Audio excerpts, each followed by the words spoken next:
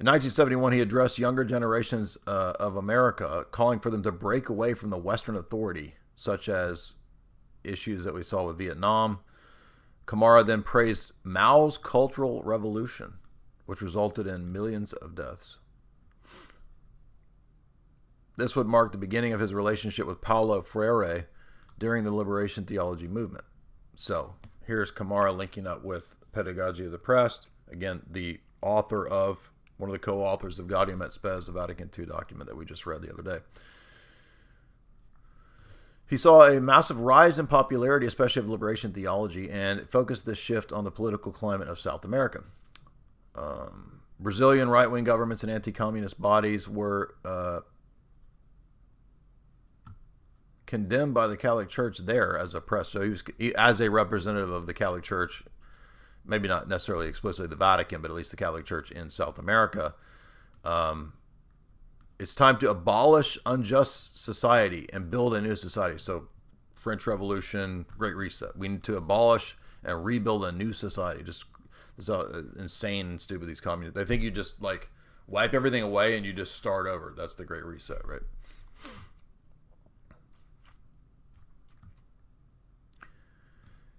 Even calls to violence were justified, according to Câmara, as long as you were fighting for the poor. So, yeah, it's fine to be violent because you're fighting for the poor, right? And this is where all the criminals and degenerates in society latch onto this because they can do whatever they want. But because I'm doing it for the poor, I'm fighting the man.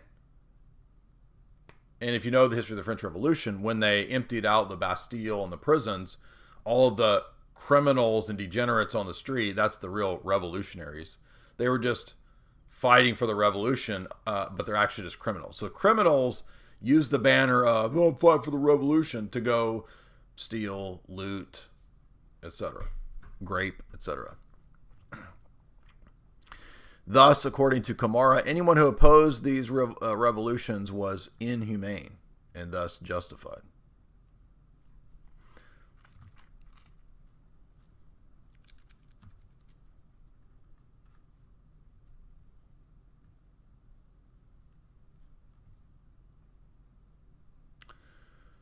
Now, let's see. This is talking about Hélder Câmara in the 1958 Papal Conclave, which became mired in controversy following the revelation that Pope John the 23rd, the Pinko Pope that wrote Pacem in Terris, the socialist encyclical, had been elected.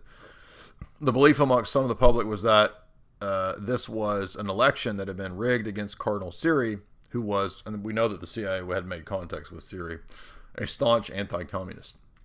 This is what leads some of the idiot trads to believe in the Siri thesis, that Cardinal Siri was actually elected. It doesn't really matter because the whole papacy is a bunch of criminals and organized crime figures anyway, but there's a kernel of truth to the Siri thesis. It doesn't prove sedevacantism,